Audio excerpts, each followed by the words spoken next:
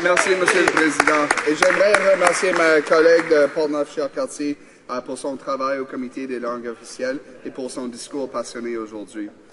Monsieur le Président, c'est un honneur de me lever aujourd'hui pour appuyer la loi C-419 de ma collègue de Louis-Saint-Laurent. Dans ma jeunesse, j'ai vécu quand même une expérience assez unique. Je suis franco-ontarien, né à Toronto. Ma famille de mon père est anglophone qui habite à Scarborough depuis plus de 90 ans et la famille de ma mère est francophone de Sherbrooke et de Montréal.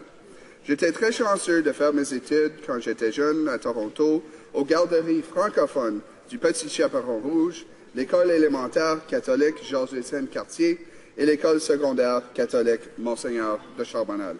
Je comprends qu'est-ce que ça veut dire d'être la minorité linguistique. J'étais chanceux aussi parce que mon père, David Harris, qui est un anglophone, est allé faire ses études à Montréal pour apprendre le français. Maintenant, aujourd'hui, ça fait 25 ans qu'il enseigne le français aux jeunes anglophones de Scarborough. Pour moi et ma famille, la dualité linguistique est très importante. Le projet de loi C-419 vise à faire un changement positif de faire certain que les futurs agents du Parlement doivent fonctionner dans les deux langues officielles dès le début. Ceci va assurer que les Canadiens et Canadiennes peuvent recevoir les services dans la langue officielle de leur choix.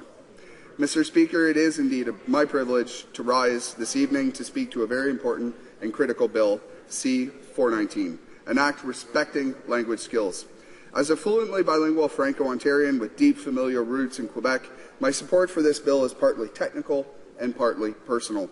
I've lived my whole life with the linguistic duality of Canada and understand the importance of protecting our traditional language rights. When I was a member of the Standing Committee on Official Languages after being elected in 2011, I had the distinct honour of course, working with Mr. Graham Fraser, the Commissioner for Official Languages here in Canada. I developed a strong respect for Mr. Fraser and his view about official languages. His testimony in particular about this bill at committee was very important and I think provided a very important summary of this bill. He said, and I quote, "Bill 419, which was put forward by the New Democratic MP for Louis-Saint-Laurent, is to the point and unequivocal. Its purpose is to ensure that persons whose appointment requires the approval by resolution of the Senate, House of Commons, or both Houses of Parliament can understand and express themselves clearly in both official languages without the aid of an interpreter from the moment that they are appointed. It is an important bill for the future of Canada's linguistic duality, and I therefore support it unconditionally." Of course, Mr. Speaker, this bill is a response to the controversy caused by the Conservative appointment of a unilingual Auditor General in November 2011. While the notice of vacancy clearly indicated that proficiency in both official languages was an essential requirement for the position, the Conservative government sadly ignored this. Now, given the protection of language rights embedded in the Constitution and the long history of custom and tradition, it is very unfortunate and disappointing that this type of bill is even necessary. However, the appointment of a unilingual Auditor General for Canada seemed to indicate the Conservative government's willingness to ignore our rights and tradition and roll back our official language rights. Mr. Speaker, we cannot let this happen. As parliamentarians, we must do everything we can to protect our language rights when they are threatened. And for that reason, I thank in particular the member for Louis-Saint-Laurent for bringing this bill forward and for getting support from all parties to ensure that that kind of situation never happens again. Now, this bill helps tremendously in that effort. The member for Louis-Saint-Laurent, her bill clearly seeks to clarify the linguistic requirements for officers of Parliament to ensure that this type of situation does not happen again. It is a question of respecting the linguistic rights of Canadians and the members who represent them. Mr. Speaker, officers of Parliament must be able to communicate with members of the Senate and the House of Commons, as well as Canadians in the official language of their choice. This bill, when adopted, will ensure that future holders of the 10 following positions should understand both French and English without the assistance of an interpreter and be able to express themselves clearly in both official languages when they take office. It recognized the fluency in both official languages is essential for anyone holding the following positions.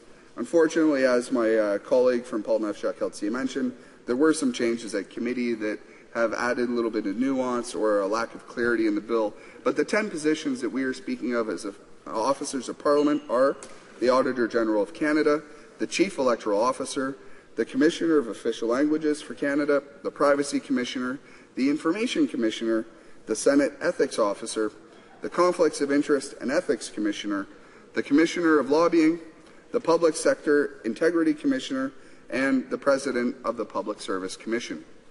Each of the above offices is created under legislation that specifies, among other things, the terms of appointment and the nature of the office's relationship with Parliament. In my opinion, all of the positions I've just mentioned are officers of Parliament. And this is important, Mr. Speaker, because officers of Parliament must work closely with Parliament and must interact with parliamentarians on a daily basis. It is essential that these officers can work with members in both official languages and must therefore be proficient in both official languages at the time of their appointment. And, Mr. Speaker, why must officers be bilingual at the time of their appointment? Well, first we have the Constitution, which stipulates that French and English are the official languages of Canada. Second, French and English have equal status and equal rights and privileges as to their use in all institutions of Parliament. And third, Mr. Speaker, parliamentarians have the right to use either French or English during debates and work in Parliament. And of course, Mr. Speaker, I just want to take a moment to express the joy and pride that I have being a member of the NDP caucus, with so many of our members being fluently bilingual and those that are unilingual making tremendous efforts to learn Canada's other official languages so that they're better able to do their jobs, interact with their colleagues and other people here in Parliament.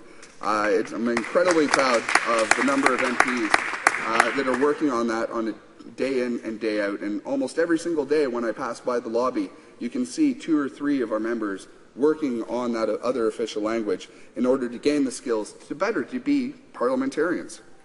And of course, Mr. Speaker, I say again, this bill only became necessary following the appointment of a unilingual Auditor General. Shortly after the announcement, the NDP filed a complaint with the Commissioner of Official Languages for Canada. In June 2012, the Commissioner, in his final report about his investigation, concluded that the position of Auditor General should have been filled by a candidate who is proficient in both official languages. For the Commissioner under the Official Languages Act, the Office of the Auditor General, as well as the Auditor General himself, is required to provide services in both official languages as a public figure of a government institution which responds to Parliament. He also concluded that the Privy Council Office, which manages Governor and Council appointments, failed to comply with their obligations under the Official Languages Act. According to the Commissioner, and I quote, "Historically, the appointment process for officers of Parliament was administered by the Senior Appointments Secretariat at the Privy Council Office. The process does not contain precise language proficiency provisions for incumbents of these positions. It is when the position becomes vacant and a recruitment strategy put in place with specific selection criteria that linguistic requirements are determined." And of course, in the case of the Auditor General, the requirements did state that the Auditor General should be proficient in both of Canada's official languages. And Mr. Speaker, respect for Canada's 2 official languages has always been a priority for the NDP. Bill C-419 is consistent with this priority. We want all MPs to give their support to C-419 so that it soon becomes law, and proficiency in both official languages at the time of appointment must be recognized as essential, in particular for the 10 offices targeted in this bill. Of course, with the adoption of C-419, we take the first step in ensuring that all future officers of Parliament are going to be bilingual, and that we can move on to other aspects like ensuring that Supreme Court justices are bilingual so that they can hear court cases in both official languages without the need of interpretation. And of course, Mr. Speaker, I do believe that everyone who ever aspires to those high positions and roles should take it on to themselves to learn the other of Canada's official languages if they're not already bilingual, so that they can apply for these positions and take on the roles that we have in the institutions of Parliament, in the Supreme Court, and elsewhere to ensure that Canada's linguistic duality is not only respected, but enriched through those additional appointments of bilingual officers of Parliament. Thank you, Mr. Speaker.